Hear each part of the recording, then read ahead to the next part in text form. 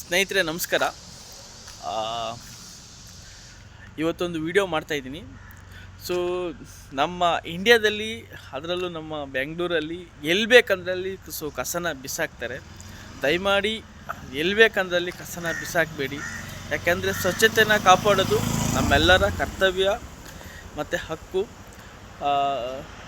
So ಕಸದ ಗಾಡಿಗೆ ನೀವು ಕಸನ ಹಾಕಿ ಎಲ್ಲಿ ಬೇಕಂದ್ರಲ್ಲಿ ಬಿಸಾಕಿದ್ರೆ ಎಲ್ಲರಿಗೂ ಸುದ ತೊಂದರೆ ಆಗುತ್ತೆ.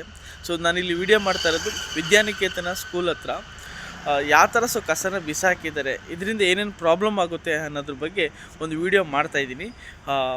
ವಿಡಿಯೋನ ಸಂಪೂರ್ಣ ನೋಡಿ ಸ್ನೇಹಿತರೆ. ನೋಡಿ, ಇಲ್ಲಿ ಬಂದ್ಬಿಟ್ಟು ಕಸನ ಬಿಸಾಕಿದ್ದಾರೆ.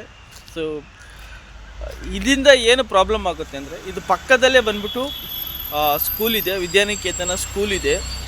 ಓಕೆ, ಜೊತೆಗೆ ಇದು ಮೇನ್ ರೋಡು. ಓಕೆನಾ, ಇದ್ರ ಆಪೋಸಿಟಲ್ಲಿ ಮೋಹನ್ ಥಿಯೇಟ್ರ್ ಇದೆ. ನೋಡಿ, ಇದು ಮೇನ್ ರೋಡು, ಇದು ಆಪೋಸಿಟಲ್ಲಿ ಮೋಹನ್ ಥಿಯೇಟ್ರ್ ಇದೆ. ಇಲ್ಲಿ ಪಕ್ಕದಲ್ಲೇ ಬಂದ್ಬಿಟ್ಟು ಬೆಳಿಗ್ಗೆ ಎದ್ದು ಕರಾಟೆನ ಕಲಿಸ್ಕೊಡ್ತಾರೆ. ನೋಡಿ, ಚಿಕ್ಕ ಮಕ್ಕಳುಗಳು ಈ ಸ್ಕೂಲ್ಗೆ ಬರ್ತಾ ಇರ್ತಾರೆ. ಸೊ ಚಿಕ್ಕ ಮಕ್ಕಳು ಸ್ಕೂಲ್ಗೆ ಬರೋದ್ರಿಂದ ತುಂಬ ಇನ್ಸ್ಪೆಕ್ಷನ್ ಆಗುತ್ತೆ.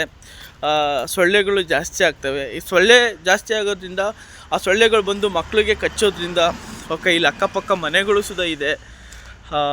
ದಯಮಾಡಿ ಪ್ರತಿಯೊಬ್ಬರು ಓಕೆನಾ, ಅರ್ಥ ಮಾಡ್ಕೊಳ್ಳಿ. ಇಲ್ಲಿನ ಅಕ್ಕಪಕ್ಕದಲ್ಲಿ ಯಾರ್ಯಾರು ಇದ್ದೀರಾ, ಬೇರೆ ಯಾರು ಬಂದು ಹಾಕೋದಿಲ್ಲ, ಬೇರೆ ಏರಿಯಾದವ್ರು ಬಂದು ಹಾಕೋದಿಲ್ಲ. ಇಲ್ಲಿ ಕಸ ಹಾಕೋದು ಇಲ್ಲಿನ ಅಕ್ಕಪಕ್ಕದವರೇ ಬಂದು ಕಸ ಹಾಕ್ತಾರೆ. 1 ಕಿಲೋಮೀಟ್ರ್, 2 ಕಿಲೋಮೀಟ್ರ್, ಅರ್ಧ ಕಿಲೋಮೀಟ್ರಲ್ಲಿ ಇರೋರು. ನೋಡಿ, ಇಲ್ಲೆಲ್ಲ ಮನೆಗಳಿದೆ. ಹಾಗಾಗಿ ಕಸನ ಎಲ್ಲಿ ಬೇಕಂದಲ್ಲಿ ಬಿಸಾಕಬೇಡಿ. ನಿಮ್ಮ ಮನೆ ಮುಂದೆಗಡೆ ಆಟೋ ಬರುತ್ತೆ, ಆಟೋಕ್ಕೆ ನೀವು ಕಸನ ಹಾಕಿ ಸ್ವಚ್ಛತೆನ ಕಾಪಾಡಿ. ಬೇರೆ ದೇಶದಲ್ಲೆಲ್ಲ ನೀವು ದುಬೈಲೆಲ್ಲ ಹೋದರೆ ಉಗಿದ್ರೆ ಸಾಕು, ನಿಮಗೆ ಫೈನನ್ನು ಹಾಕ್ತಾರೆ.